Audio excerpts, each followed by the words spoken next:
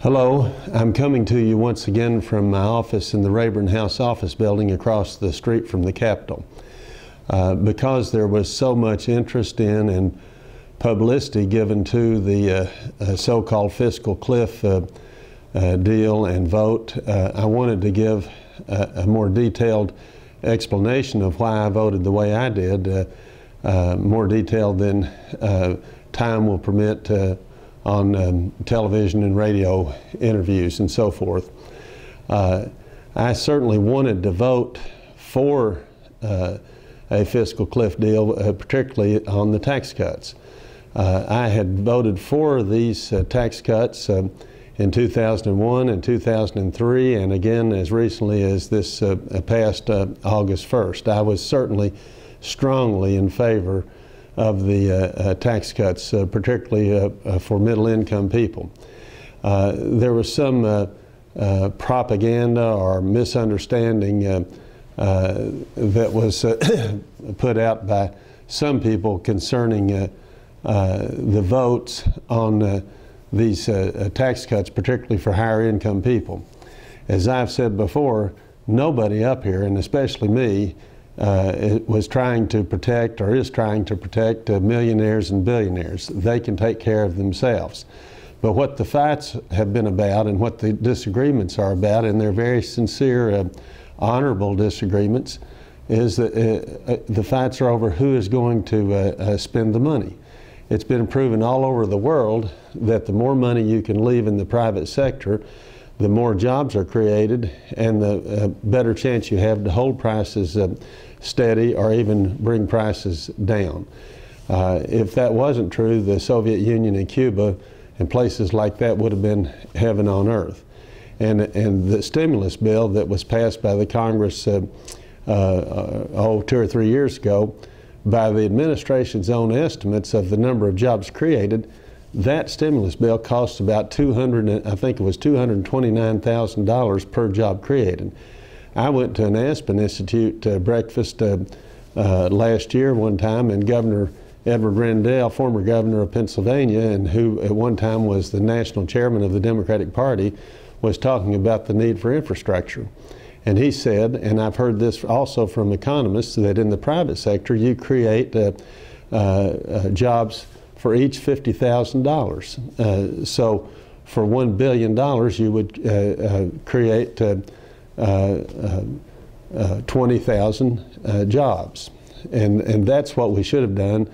And I wanted both tax cuts and spending cuts. That was the key to my vote. That's what we really need to ensure that the economy will be strong in the years ahead. What we have done by the vote that was taken in the Congress on the Fiscal Cliff deal is probably a very temporary fix. It's good for the very, very short term, possibly and probably, but it's very bad for the longer term, and I'm not talking about a real long term either. First of all, it's not good at all for our children and our grandchildren, but I think it's worse than that. I think that this bill is going to have bad repercussions on people who want to have secure retirements 8 or 10 or 12 years from now. I would have voted for it if we'd had tax cuts and spending cuts.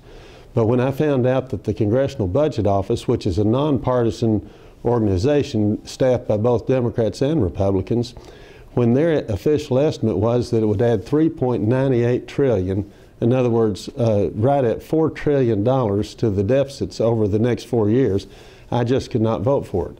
Already, under the most optimistic scenario, the deficit, our debt, is going to go to over $20 trillion by the end of President Obama's second term in office. Some people estimate that it will be closer to $22 trillion, and those were estimates made before this latest deal. And then in addition, we find out the more we read, the more we find out what was hidden in the bill. There were all these multi-million-dollar tax breaks or hidden goodies for some of the wealthiest industries in this country. $430 million for Hollywood movie and TV companies, $331 for certain types of railroads, $222 million for rum producers in Puerto Rico and the Virgin Islands, $70 million for NASCAR racetrack owners.